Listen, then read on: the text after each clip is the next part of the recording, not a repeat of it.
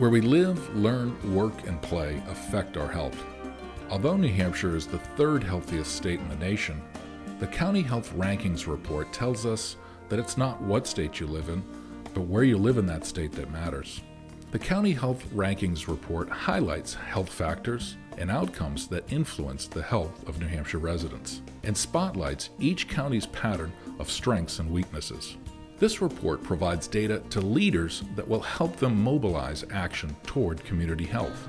New Hampshire has identified the top 3 public health priority areas as obesity, tobacco, and substance use. New Hampshire has had many public health success stories. The stories highlighted here are prime examples of how individuals and communities can act together to change health behavior. Public health in New Hampshire: improving health, preventing disease, and reducing costs for all.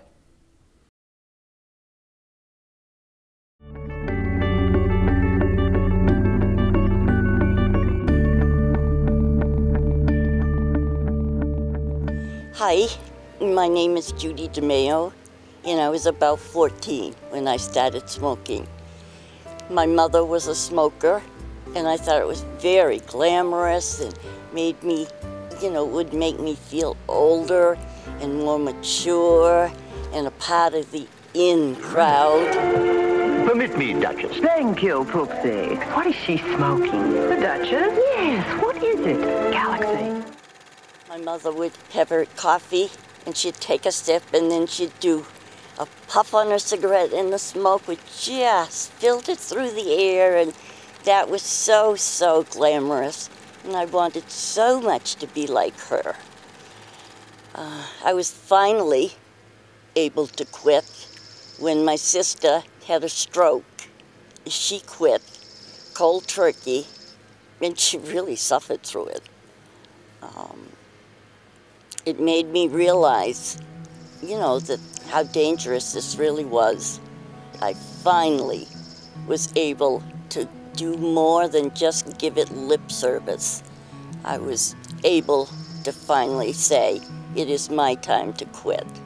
The hotline helped me. They gave me encouragement. They gave me support. One of the biggest things for me that they said was the fact that you can do it, and it can be done. And while I was sitting there, daydreaming of having a cigarette, they would put it into a perspective that I could cope with it and I could do it. The education they gave me about smoking was very important. While I may have smoked all these years, I never get educated of the dangers of smoking, what it can do to you and to your lungs, to every part of your body. The support was done in a loving, kind, gentle way, and it really, really was. They didn't, oh, are you gonna smoke today? Type thing. It really was, yes, I understand. I've been there. I've done that. But you can do it. And that was the part that just, made me hold on to them. I look forward to talking to them. I would write down when we were going to speak again and stuff like that. And that gave me like a time period which I could hold on to. I could do this for however long,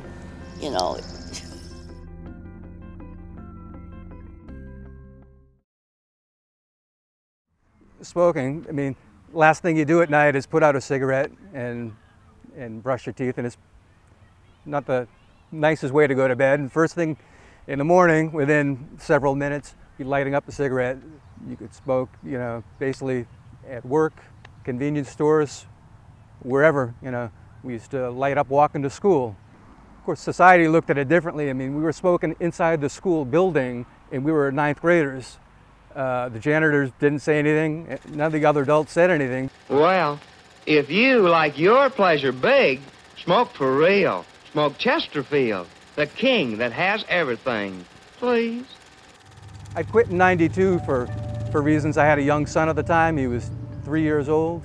I picked up cigarettes about 1.5 years ago, just one day, and that pack lasted me. I think I actually threw it out after the second day, but then that weekend I went out and bought another pack and just kind of snowballed back into daily smoking at that time. I saw an ad for the QuitLine, and they tailored it just for me. That was what impressed me the most. They spent 45 minutes on the phone asking what my triggers were of smoking, asking where I was at now. How are you going to handle that when you quit? You know, do you smoke, at work on break? How are you going to handle that when you quit? They went through all kinds of scenarios for me to help visualize what I'd have to go through. The QuitLine helped put it all together for me as far as putting together a good plan on how I should proceed. Since I quit, within 3 weeks or so, I bought a bike. There's a great park in Nashua called Mine Falls Park with miles and miles of trails that you can run or walk or push a baby stroller or ride a bike. And I've actually lost about 12 pounds since I quit, because now I'm able to be active. It's a great thing. Public health in New Hampshire, improving health, preventing disease, and reducing costs for all.